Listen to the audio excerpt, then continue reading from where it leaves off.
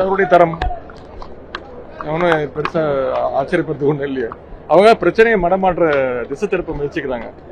கேட்கிற நிதியை வாங்கி தரது துப்பு இல்ல, சவால் வர்றதுக்கெல்லாம் ஒரு தமிழ்நாட்டு மக்கள் இவங்கெல்லாம் ஏற்கனவே கவுபேக் முடியும் சொல்லி மோடி அவர்கள் வந்து 2018 வரும்போது திருட்டுத்தனமா வந்துட்டு செவருகள்லாம் உடச்சிட்டு கடிச்சு போனாரு. மக்கள்லாம் சந்திக்க வாய்ப்பு இல்லாம பயந்துக்கிட்டு எங்க பார்த்தாலும் கருப்பு கொடி காட்டினாங்க, பலூன்லாம் அதெல்லாம் ஞாபகம் இருக்கும். அதனால இப்ப பிரச்சனையை அதை திசை திருப்ப வேணாம். நமக்கு இப்ப தேவை வர சொல்லுங்க. பால் பாஸ் ஓட்டுறதுலாம் ஒரு பெரிய வர சொல்லுங்க. வீட்டுக்கு தான் இருப்பேன். இன்னைக்கு நிகழ்ச்சி இருக்கு, சாயங்காலம் இளைஞர் நிகழ்ச்சி இருக்கு.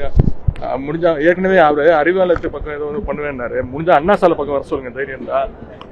இல்ல அதான் திருப்பி நான் சொல்றேன், இது வந்து பிரச்சனையை வந்து எங்களை உதயநிதிக்கும் பாஜக தலைவர் அவர் நான் பேர் கூட சொல்றது கிடையாது, தவிர்த்து விடுவேன். இது அந்த பிரச்சனை கிடையாது.